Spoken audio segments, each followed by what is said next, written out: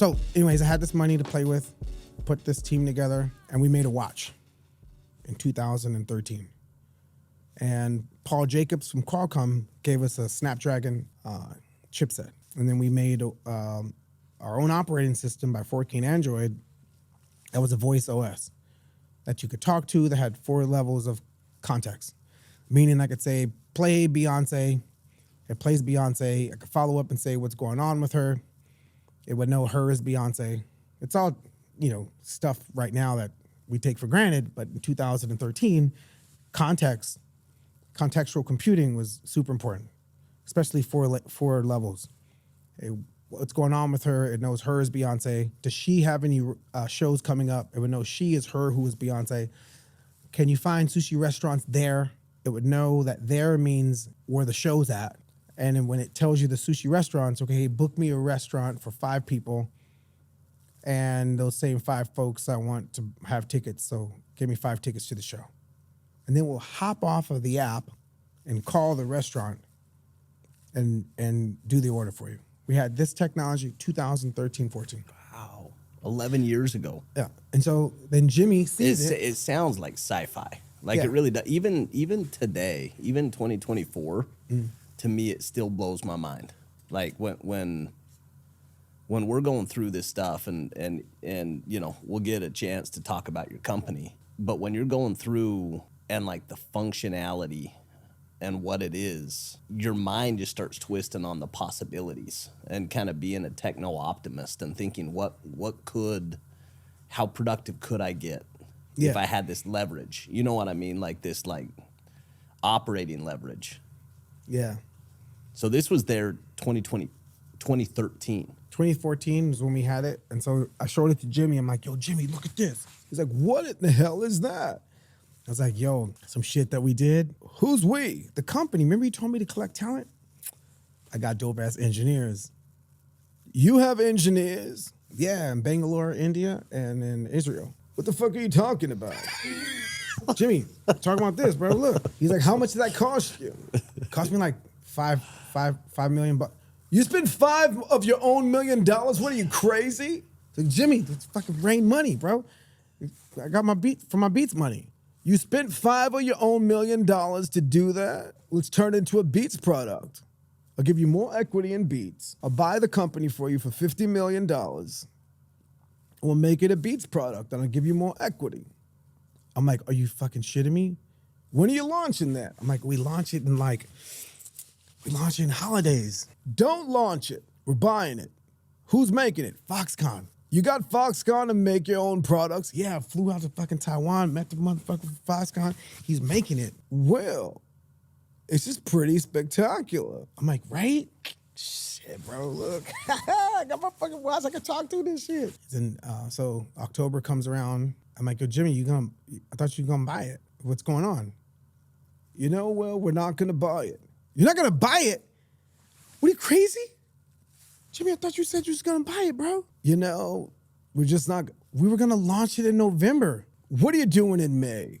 What do you mean, what am I doing in May? What are you doing right now? This is fucking nuts. You're not going to buy it? Well, in May, your life's going to change. Wait, what? Jimmy, now you fucking me with this riddle shit, bro. Like, you said you was going to buy the fucking watch, man. What the fuck am I going to tell the team? Your life's going to change in May, October 2020. 6 months out. It's October 2014. He's like, your life's going to change in May. When did Beats get acquired by Apple? Yeah, so it's October 2013. By May of 2014, my life changed. That was it. But here's a beautiful thing. He could have just bought the company from me for $50 million and not have put me as a part of the Beats thing at the level that he did. And I wouldn't have known because I would have been so happy that I got $50 million. He could have wrapped it all into the acquiring of the company and then put me and housed me in the Beats configuration.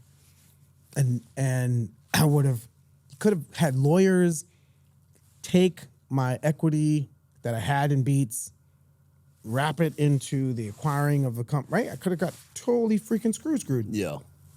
If he was shiesty, if he was shady. But because it never was based on like, it was always from like a value, your contributions, your solution orientated, Your creativity has really helped the company launch. You're ambitious. You did this stuff. I mean, at this point, you're what, 20 years of a relationship, right? Yeah. Yeah. I mean, this isn't like a fresh relationship. You guys have been through some wars. You've been through some ups and downs. So now we're there at Apple. They sold it for $3.2 billion. And the thing that, this is where I got teary. I not even got teary-eyed. I cried. It was me, Jimmy, and Tim Cook. We're smiling like, wow, we just did this awesome deal. And Jimmy goes to Tim and's like, you know why this means so much? Because I promised Will, no matter how many records we sold, he could always make records at Interscope. Now look at us. And still to this day, I'm like, wow. You know what I mean? Not everything is a transaction. It's not everything is based on like how much money I'm gonna get right now. And if you could see beyond that, like and you see like, how is this person gonna help me with my dream? What's the dream? Is your dream to be rich? There's so many ways to get money. You could do some illegal shit if you want quick money. You could do some stuff that, where your morals and your values are compromised. Yeah. Or you could look at the core of what the dream, your happiness, the joy, and having that high school mentality and seeing the world from an optimistic point of view, like always seeing the good in the things. And that journey, especially with Jimmy, and it's guided how I work with like Mark Benioff, who's like a mentor for my entrepreneurial stuff. And, coming to the school, Jason Feltz, one day he calls me up. He's like, yo, Will, that AI shit you showed me, you should hire Julie Pilot. Julie Pilot? Julie Pilot works at Apple. She ran Apple Music at Beats. Julie Pilot was a person that talked Apple into renting space at my building. One day, Jimmy's like, I'm like, yo, Jimmy, I want you to check out my campus. So when we sold Beats to HTC, I got this campus. It's like a city block long, almost. And he's like, what are you doing with all this? I'm like, dreaming. What the fuck do you need this big ass building for? I'm like, yo, right here is gonna be like, oh my God, I'm gonna have some like developers here. I'm gonna have photo shoots. I'm gonna have like a studio. And so then we hired Julie to run music and culture at at Beats at the time. And so we launched Beats Music. And because Julie comes from radio, she wanted to have Beats Radio and Beats Music. So then when Apple bought us, Julie talked Apple into renting space for me at my building. So I was Apple's landlord from 2015, 16, 17. They rented from me. I was like, told you, Jimmy. That was wild shit. Anyways, so then Jason Felt's like, you should hire her. I'm like, we can't bring freaking Julie. She's a superstar. She's not going to want to work with us. Make a long story short, Julie's like, I'd love to work at FYI. And one day she brings some random person into the building named Kevin. Kevin invites me to some entrepreneurial thing called YPO. I don't even know what a YPO shit was. I met this girl named Dow. And so Dow's like, you need to go to Harvard. Like, Harvard? I ain't got time to go to fucking Harvard. I got music. I got AI stuff I do. I got all my teams that I fund. I got time to carve out a month. She's like, well, Trust, you should make some time to go to Harvard. You're going to need the network. You're going to need the experience. You need to learn from these case studies. Trust me. You're on the other side. You're gonna realize it. May be foggy for you now. Anyways, that lady Dow, Jason Feltz, telling me what's possible as far as the type of talent that we can attract and bring to the fold. We got a superstar, talent like Julie Pilot, serendipitously connected me to Dow. To me to then come here at Harvard, what are the fucking odds? To then be sitting in a class, learning about Newsweek, and then having the AI ask the dude the question of like, yo, Felicia. Hold on, I think she still remembers it. 1 second. Yo, you remember the question you asked dude from Newsweek? Ayo, what's up, fam? Absolutely, I remember. I asked the CEO how Newsweek plans to leverage generative AI and cutting-edge technologies to enhance their storytelling and content strategy. Specifically, I wanted to know how they're balancing this integration while maintaining the essential journalistic values of trust and integrity. We also dived into what innovations and partnerships they're exploring to ensure Newsweek leads in this ongoing digital transformation.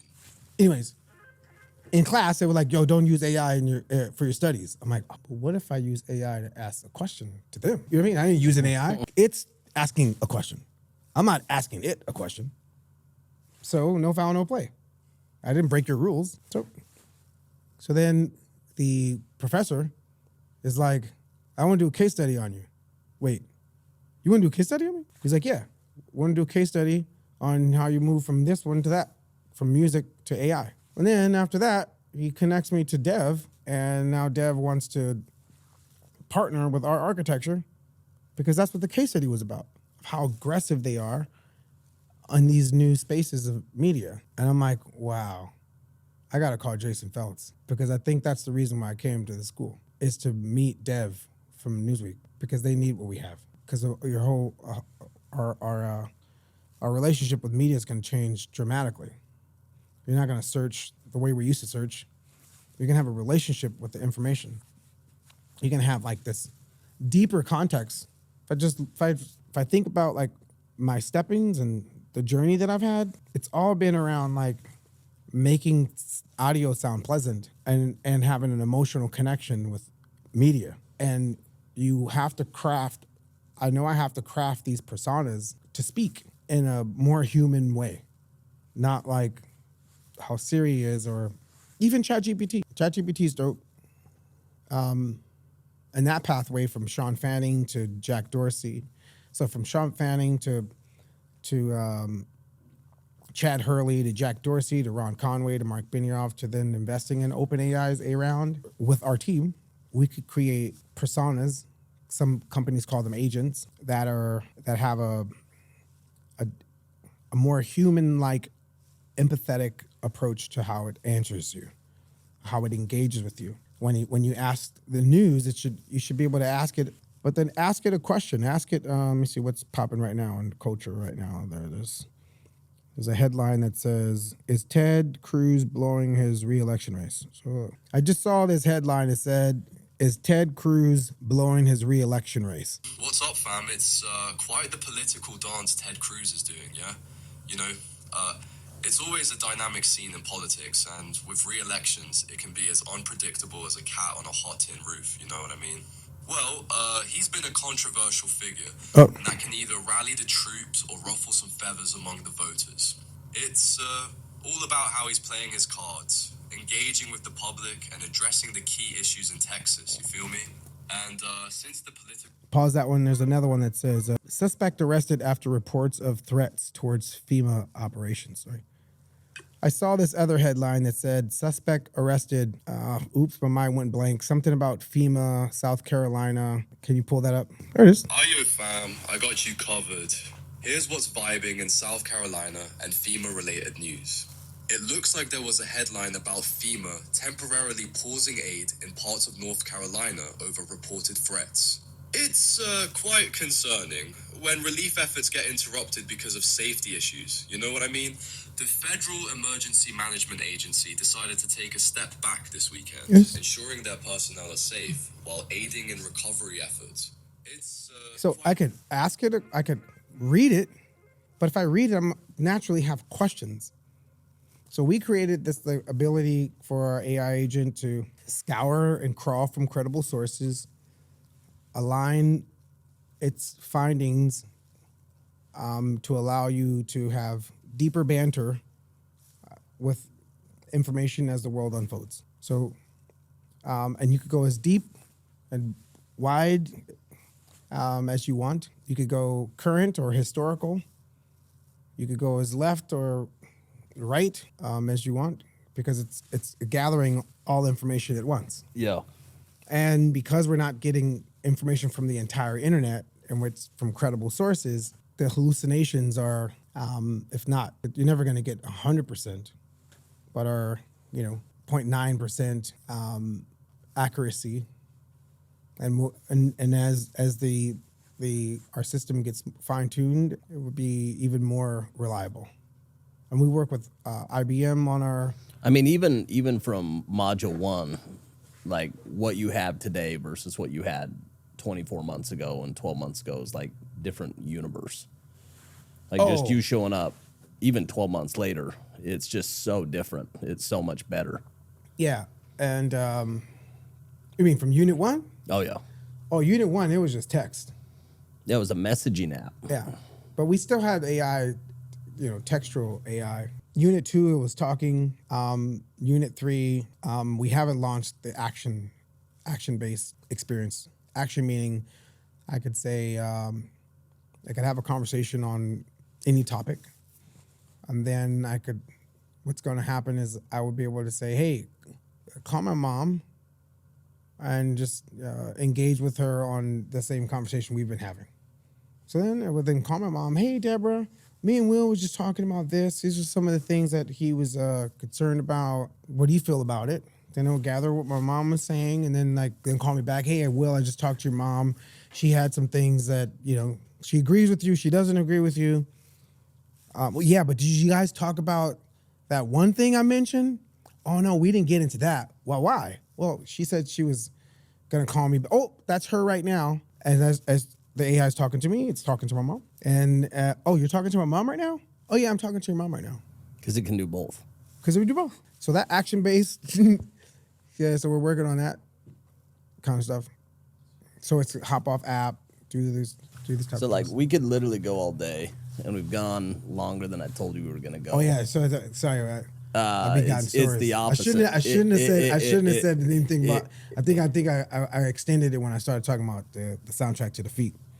So the soundtrack to the feet was good.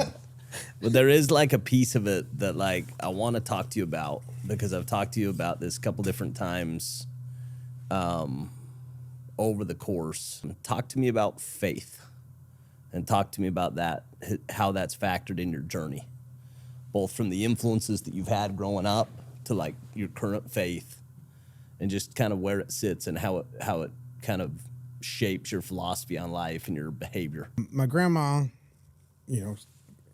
who's the seed for us, she would be like, you go out there and you turn strangers into friends and then turn them friends into family.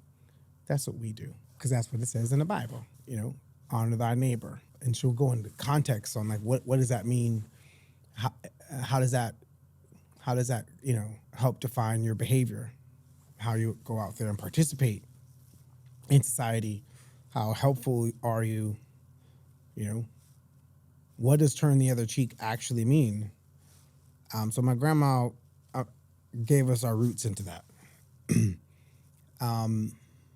But then Mr. Hudgens gave me a whole different perspective. Like, we're Apostolic Baptist. He's Protestant. But I'm going to go off on a tangent, but not really. I got this request to participate in these discussions because in the AI space, you are self-governed or you're not.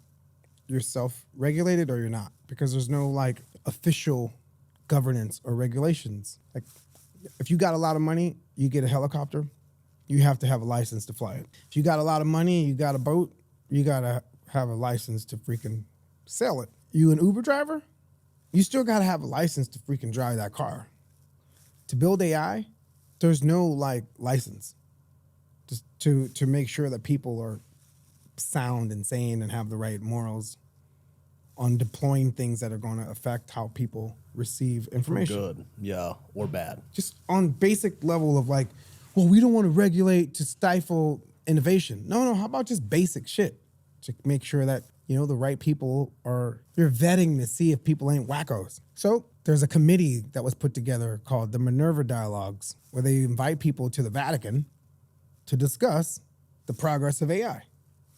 And the person who did it was this dude, Pope Francis. So I don't think there's like I don't think it's a coincidence. So, and it's a beautiful folks from the big AI companies, they're there discussing like their excitement and things they're concerned about.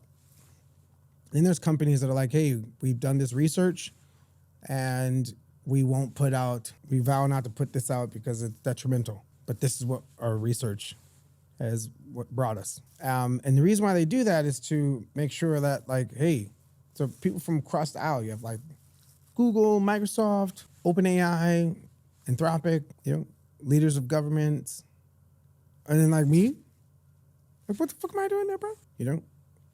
But because I've worked and built systems and investing companies and speaking for the creative community and our essence and our likeness and our immortal creative thumbprint and philanthropy, bringing people up to speed, the work that I do in the inner city, trying to scale that work, I have 15,000 students, competing with robotics. So faith, I think my grandma, her prayers were not for nothing. That oil has kept me safe. Her teachings and her, like, how she's raised us, has like given me some earth grounding, because motherfuckers could float with success. They could like start treating people all fucking weird just because they've had money.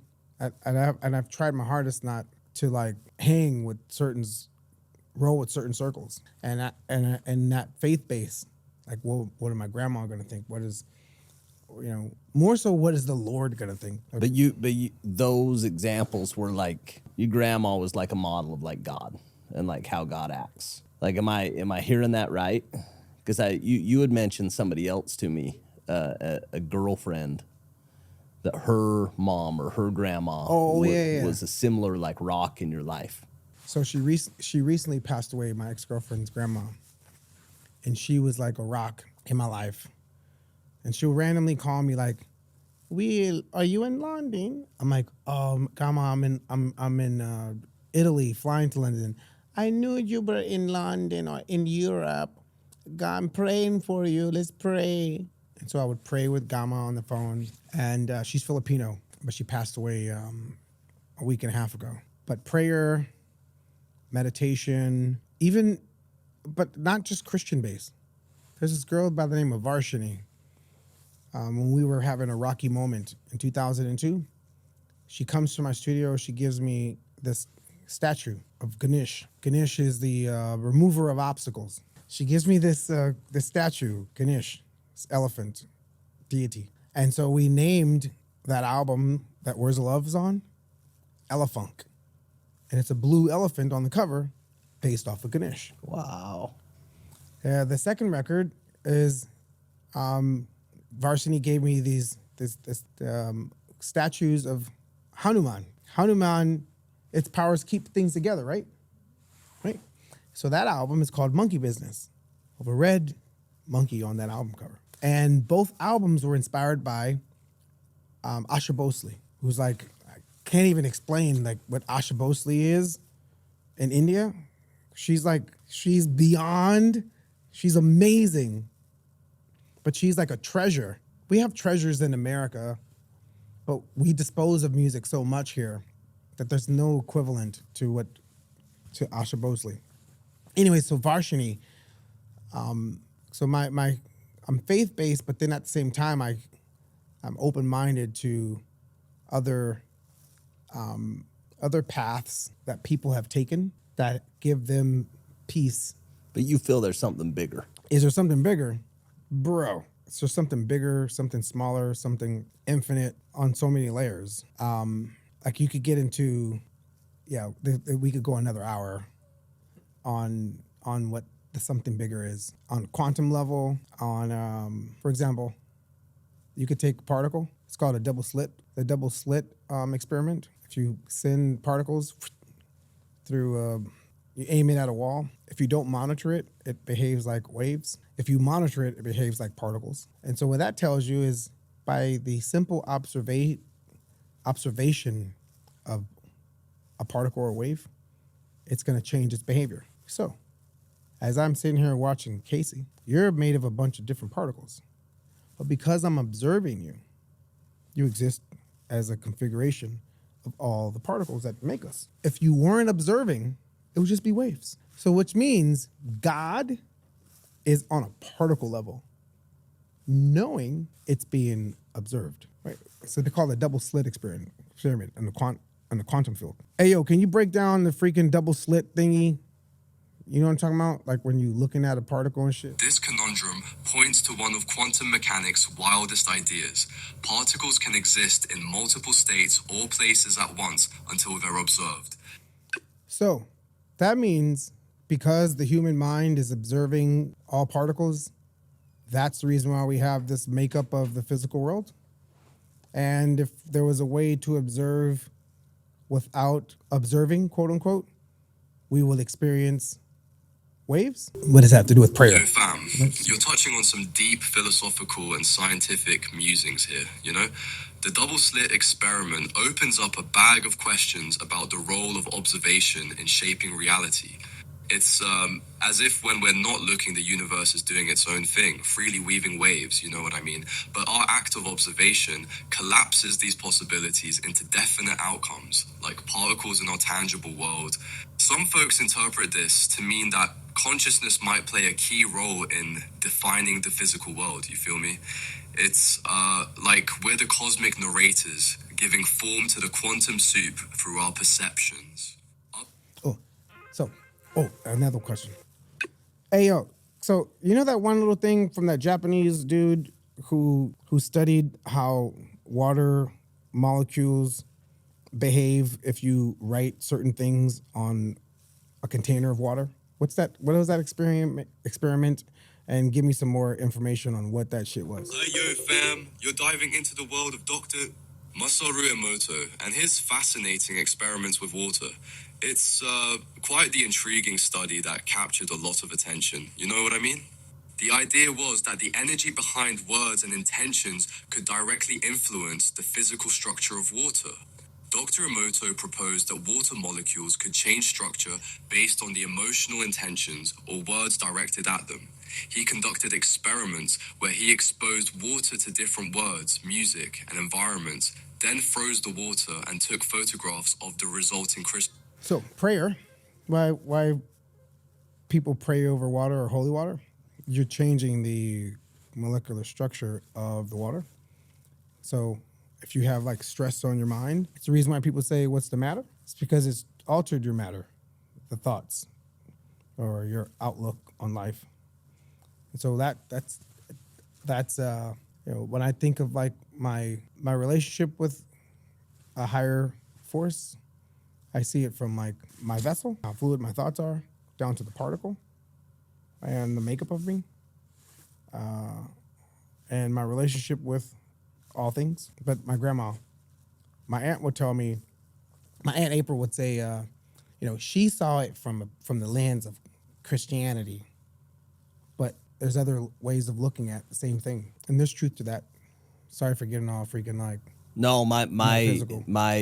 I think one of my favorite parts of HBS has been the differences in thought and the differences in culture and the differences in religious frame and how people come at life through, like you were saying, your grandma coming through the frame or the lens of Christianity, but with the intent to just like do good in the world. You know what I mean? And to shape you and to shape, I look at like the kindness that you've kind of carried through the world in an industry that sometimes isn't very kind. And you know what I mean? And for you to be able to carry that through, I don't know. And even sometimes like, being made fun of because everyone's hard. Like, I'm not hard, I'm complicated. Same problem. These are hard problems or complicated problems. But because I'm emotional, that whole hard bravado, like I'm like the least macho cat in the world. Like, why? I'm emotional. I'm freaking fearless to share my emotions. But our industry, especially in America, you want to have that. I think about like LA, early 2000s, gangster rap. Like what you're describing is the opposite of that. We're super, like, they would say like, them motherfuckers are soft, man. You soft, Will.I.Am. I'm like, yeah, bro, fuck it. I'm soft. I'm the softest motherfucker in the world, homie. I'll gangbang on soft shit. Like, soft motherfucker. Like, fucking proud of being soft, bro. Malleable. I could take any shape. Hard is rigid, I'd rather be odd and soft than hard, Will, I've loved chatting with you. Hell yeah. It's been 45 minutes.